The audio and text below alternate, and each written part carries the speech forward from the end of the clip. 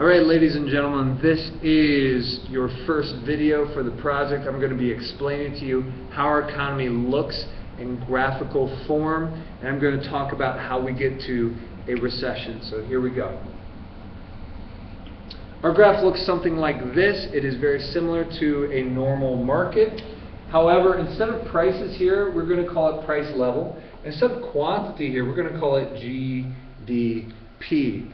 The reason being is we're looking at the entire economy now, not just at one individual market, but all markets in our entire economy.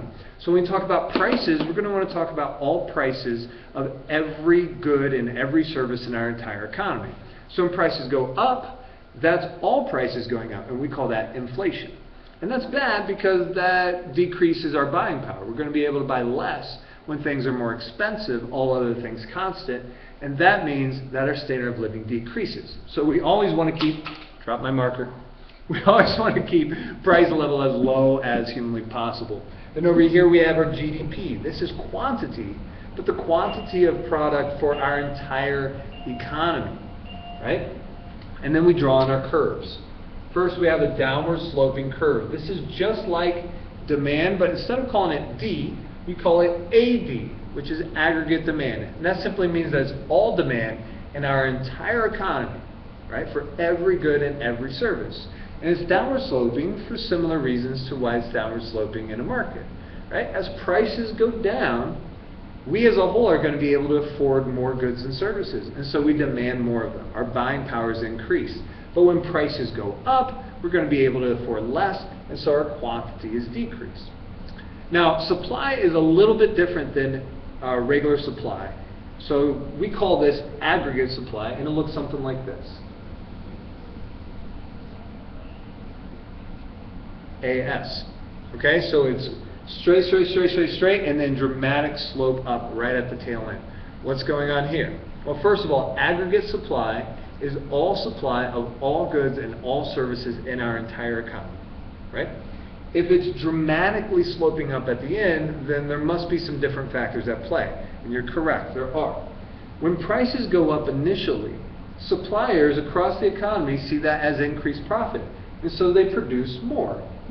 GDP increases, right? They produce more. However, at a certain point, they realize, hey, prices are going up, we actually have to pay our workers more. We actually have to pay more for oil. We actually have to pay more for the plastics that we're using to produce. We have to pay more for all the resources that we use.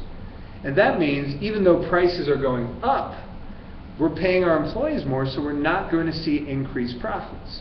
In other words, as prices go up at the tail end, it tails off, right? And we see that no matter what, at a certain point, prices increasing is going to lead to no change at all in GDP. Now, here's where the similarities with our regular markets end, because we have one more slope, or one more curve. That's right, a triple curve. And we call this, goes right up through the middle, and we call it long-run aggregate supply. And long-run aggregate supply simply says, on a long enough timeline, long run, we're going to supply our exact quantity, so we'll call this QO, the exact optimal quantity for our economy. In other words, we're going to reach our potential. If we're on our production possibilities curve, we are right here on the outside of that curve. We're producing exactly what we want. Everybody's employed. Everybody is happy. Right? The incentives are in place on a long enough timeline for that to be true.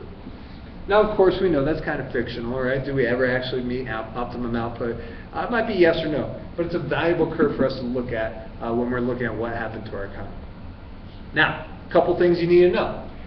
For AD, for aggregate demand, it's made up of 4 elements, and these elements will be familiar to you. It's made up of consumption, C. It's made up of investment, IG. It's made up of government expenditures, G. And it's made up of net exports, are 4 elements of GDP.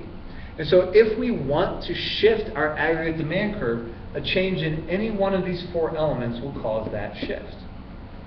In addition, our aggregate supply here is determined by something we call PUPC, per unit production cost.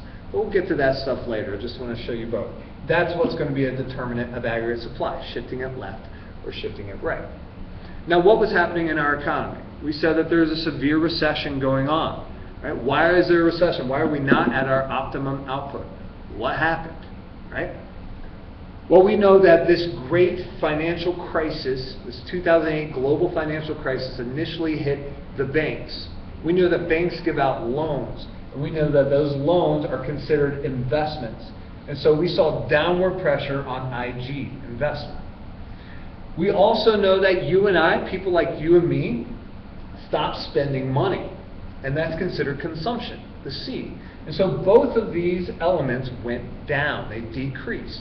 Now we know that SIG-JICSON, consumption plus investment plus government expenditure plus net exports, gives us our GDP. We know a change in any one of them is going to shift our curve. So if both of these are going down, what happens? If you said that the curve shifts left, you're absolutely 100% correct. Let's check it out. Okay, here's our aggregate demand curve.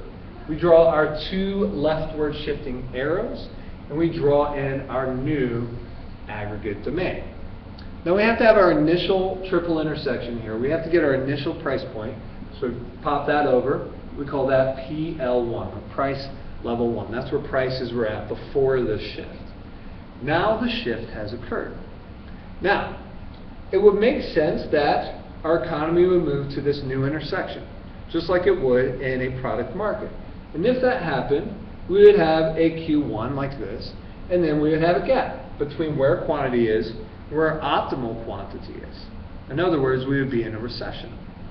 But things are actually worse than that, because prices are sticky, right? Prices are sticky. So this price here, PL1, is S-T-I-C-K-Y, sticky, which means that businesses do not like to reduce their prices. Think about it, right? If I'm looking around and see that people are buying less of my goods and services, I might think it's just temporary. I don't want to overreact and start reducing my prices to make sure that I meet my quota, right? If I reduce my price on a car from $10,000 to $5,000 because, hey, I need to reduce my prices here because people are demanding less, we need to go from PL1 to PL2, I may lose out on a whole lot of potential profit, right, if this is just temporary. Also, if I lower the price, I might not be able to raise it back up in the future because people hate rising prices. So businesses resist lowering their prices. If they did lower their prices, we would only go to Q1. But that is not the case. Instead, if prices are sticky, our prices remain unchanged. That means instead of going down to this point, let's label these A, B, C. Instead of going from A to B, we go from A to C, right? And then we drop that down. When we drop that down, we notice that because prices are sticky, because businesses refuse to lower prices, you and I even have less buying power than we had before. Prices are high, we are going to demand even less. And so we call this Q2. And the difference between QO, or optimal output, where we want to be, where there is no recession, and Q2, we call that our RG, or our recessionary gap. Okay? So now the question becomes, how do we close this gap? How do we get rid of our recession? How do we save our economy? Right? And I'll leave you with that question, because that is our very next step. Excellent. Hopefully you have this down. Make sure that you've drawn this graph in your notes. Right? Make sure that you understand what each of these curves are, what they represent, why they're sloping the way that they are. Make sure that you know what a shift is, how that shift occurs, how it's related to the four elements of GDP. And then make sure you understand that we don't go from A to B, but because prices are sticky, we go from A to C, because this price won't change. And as a result, we have a large recessionary gap. Awesome.